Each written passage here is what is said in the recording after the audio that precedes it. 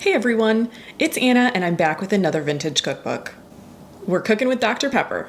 This booklet was released in 1965 and it definitely shows. The first paragraph on page 2 opening this cookbook starts with an invitation. Let me just read through and you'll see what I mean. We invite you to be adventurous and try this novel approach to mealtime versatility. So already we've made these claims that Dr. Pepper is both adventurous and versatile. For years, Dr. Pepper's refreshing blend of many fruit flavors has brought interest, variety, and conversation to a wide range of occasions. I enjoy Dr. Pepper, and I admit I've never really been able to put my finger on exactly what the flavor of it is. This says fruit flavors, and I have heard that before. I don't think it tastes like fruit flavors to me. Maybe it does to you. Confirmation, the Dr. Pepper company says it is a blend of fruit flavors. I feel like they're really reaching with this wide range of occasions as well. Have you been invited to the formal Dr. Pepper ball? It's black tie only. Let's read on. Young homemakers will especially welcome these new ideas. They are excitingly original and backed by our test kitchen's promise of perfect results every time. The recipes in this book cater to a multitude of tastes, from a spicy shrimp sauce to a cloud light and low calorie strawberry Bavarian. They just had to slip that low calorie thing in when mentioning young homemakers, now didn't they? The promise of low calorie items, low fat items. There's a real focus on weight and health, etc. We won't get into that here. That's a very heavy subject, but I do have a lot of feelings on that. You will find that Cookin with Dr. Pepper creates meals that are family perfect and guest worthy at the same time. Signed, Consumer Service Department. Okay, that's general. You know, I'm used to these booklets saying that they're written by the Home Economics Department.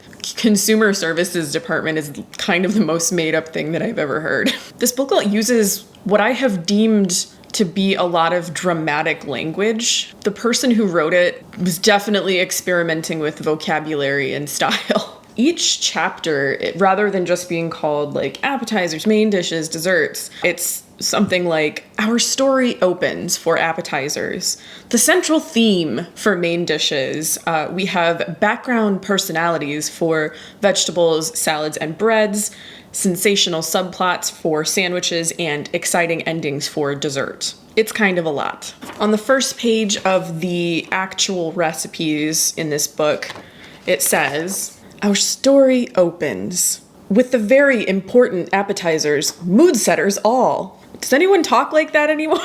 So now we come to main dishes, which is called the central theme. Entrees a la Dr. Pepper, featuring all-time favorites in new and exciting situations. We've got a Dr. Pepper situation on our hands. Call for backup. Then we come to the side dishes, which they're calling background personalities, to highlight a central theme. For some reason, sandwiches are the sensational subplots. Sandwiches to the rescue is what it declares. And then desserts, exciting endings, happily ever afters for all occasions. So that's what I meant when I said there's some pretty dramatic language used in this book. The recipes are straightforward. There's a few curveballs here and there, but there's nothing dramatic about these recipes. They do seem to have sort of a theme.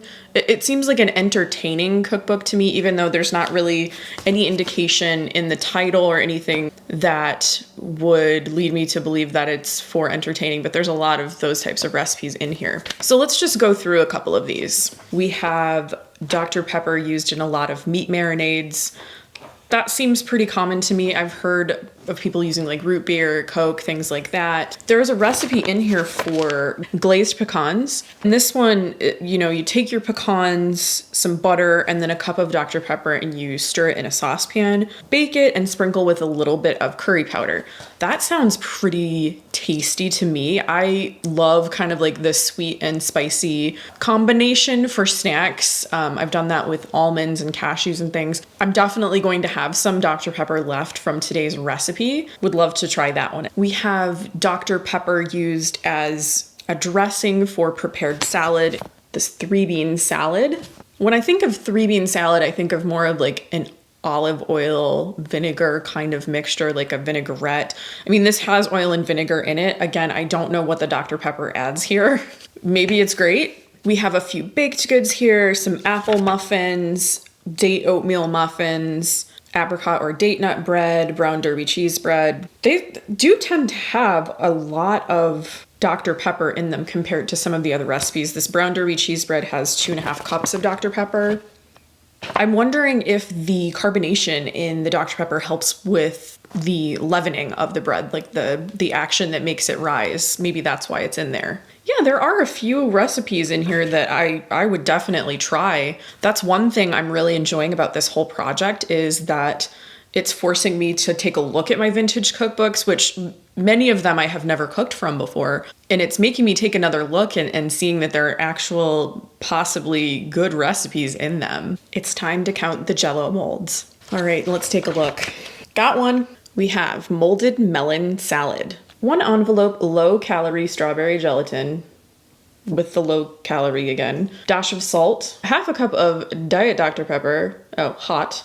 1/2 cup of Diet Dr. Pepper, cold. 1 cup cubed cantaloupe, and 1/4 cup chopped celery. Chopped celery. As you've possibly guessed, if you've watched more than one of my videos, I am not a huge celery fan. 1 so far, and we have another. This one is just simply for strawberry gelatin. So this one is, again, low calorie strawberry gelatin. 1/2 cup of hot Dr. Pepper, Diet Dr. Pepper, of course. 1/2 cup of cold Diet Dr. Pepper, and 3/4 cup of sliced fresh strawberries.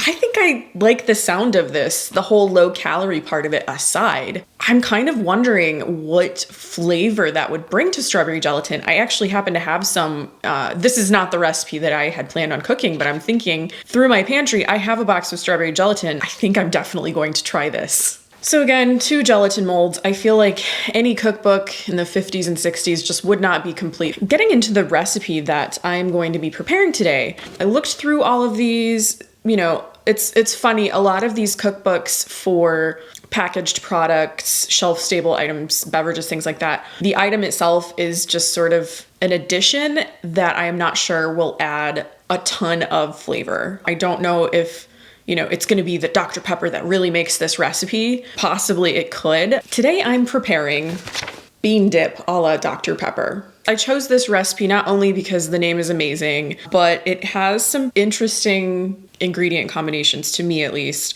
We've got, you know, kidney beans, tomato paste, oil, salt, pepper, garlic. That's when you would add 1/2 cup of Dr. Pepper. And then you've got green chilies. My favorite, Worcestershire sauce. I'm finding that most of the recipes that I'm choosing have this item in them. 1 cup of shredded cheese, and then some chopped bacon as garnish. So you cook this all together in a pan, then you blend it in a blender or food processor, and that's when you serve it.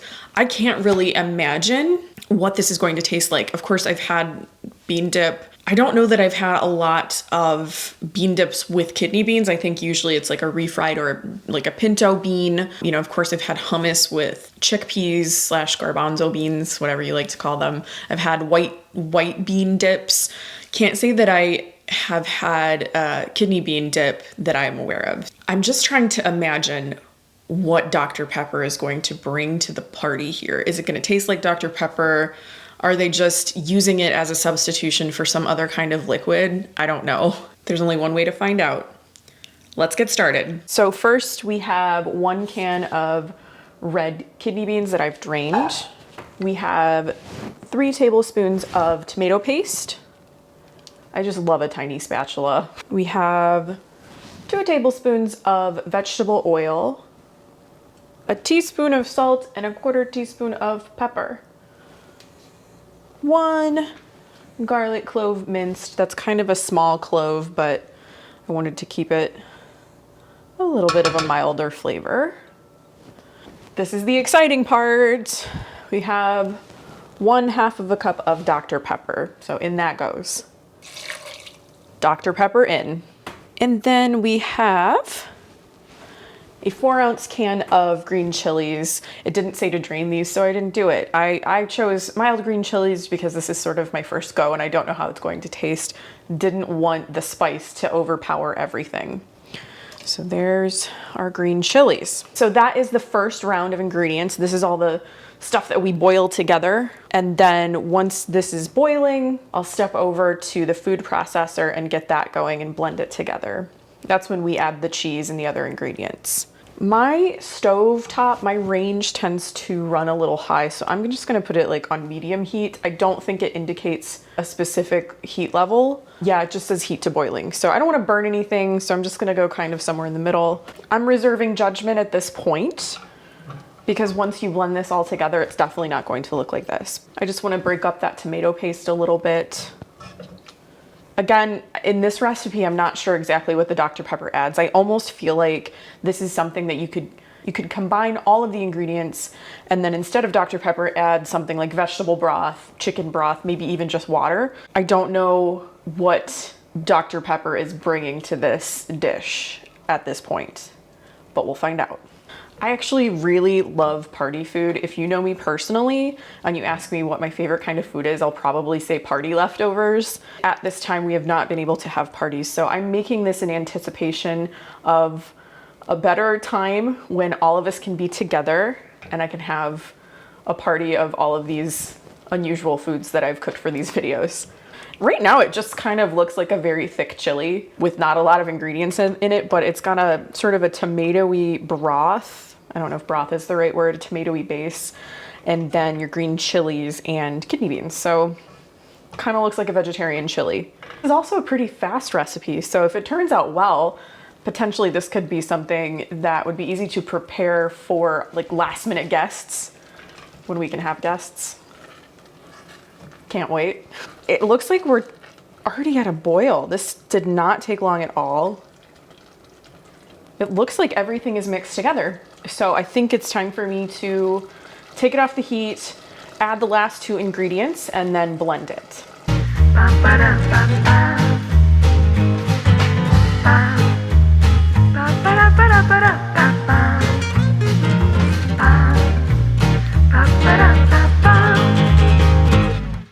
So we're ready to blend. I've dragged out my food processor. I'm going to transfer the hot mixture of beans and everything first into the food processor before I add the cheese because I don't want the cheese to melt and stick to this pan. So let's go. Let's do this. I wonder if this will all fit in here. Ooh, it is hot. It's hot. Oh, be careful, everyone. The last 2 ingredients are, you know, my favorite, Worcestershire sauce. I'll get it right someday. So that goes in, that's a teaspoon. And now we're gonna add a cup of shredded cheddar cheese. Cheese makes most things delicious, so I think this recipe could be a winner. Make sure that that gets in the bowl. Time to blend. Okay. Hold on. All right, I'm back. I washed this, it's all good. This is still looking pretty chunky. I'm just gonna scrape it a little bit and then go in for another blend before I taste it. I'm not sure exactly how smooth this is supposed to be. It just says, blend on high speed until well mixed. Let's give it another go. Ooh, little bubble coming out. When you're blending hot liquids like this, please be careful. Sometimes you'll tend to have a little bit of bubbling up and bursting. I am going to get a spoon and give this a taste. I smell a lot of the green chilies coming through and the tomato. Got my tiny baby spoon. Okay. I don't want to do this on chips just yet, just in case I need to blend it some more. It's really tangy. It's a lot of green chili. I'm really glad I went with those mild green chilies because I think if I'd gone any more with the heat, it would have overpowered the rest of the flavors, but it's very tomatoey, very chili. I think I'm gonna blend it just a little bit more. The texture is mostly smooth, but I'm still getting, you know, a little bit of like a bean skin or a big piece of green chili now and again. So let's do one more round. Looks good. I think I'm gonna go ahead and just like decant this into a bowl, get some chips, and then give it the official taste. All right, so here's what we have for our finished product. I don't know, it's kind of a beanie cheesy situation going on here. It's a, what did they call it? It's a new and exciting situation, according to the book. So it says to serve this with chips and crackers. It did not indicate what kind, so I'm just going with some tortilla chips. I'm gonna be sampling this with La Fiesta tortilla chips, which are the best chips of my life. La Fiesta, give me a call. These are produced in Michigan. I don't live in Michigan, but we were lucky enough to have a Meijer store open up nearby. Meijer is based in Michigan, so you can therefore get La Fiesta chips at Meijer. If you have a chance to try them, please do. They are absolutely scrumptious, and I do not use that word lightly. Here we go, get myself a La Fiesta chip. See how, like, I don't know if you can tell, they're like flaky and crispy, and they're gonna go great with this dip. Ooh, I like this. Okay. Yeah, this is really good. It's got that like tangy flavor from the tomato and then just a tiny bit of heat from the green chili. Okay, and then like with the chips, especially the extra saltiness, it like makes a very complete flavor. All right, well, there's another recipe that I like, and truly I would make this for a party or to bring to a party. I'm gonna have another one. Ooh, look at this one. Look at that. Apologies for all the mouth noises. I'm trying not to go too crazy. Wow, I don't know if it's just because I haven't been to a party in over a year or what, but this is super good. I am shocked. I am surprised. I will say I don't really know what the Dr. Pepper is doing here. I don't taste any Dr. Pepper. I think you could easily sub another liquid for the Dr. Pepper. Yeah, I don't know. Sorry, Dr. Pepper company. But otherwise, this is a win. I would call this a win. You may have noticed that this recipe was considerably easier than my last one.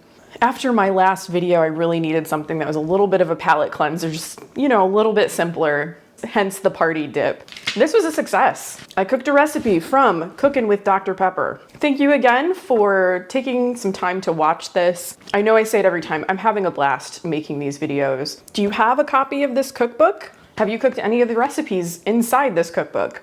I'd love to know. Please let me know in the comments down below. Thanks again, and I'll see you in my next video.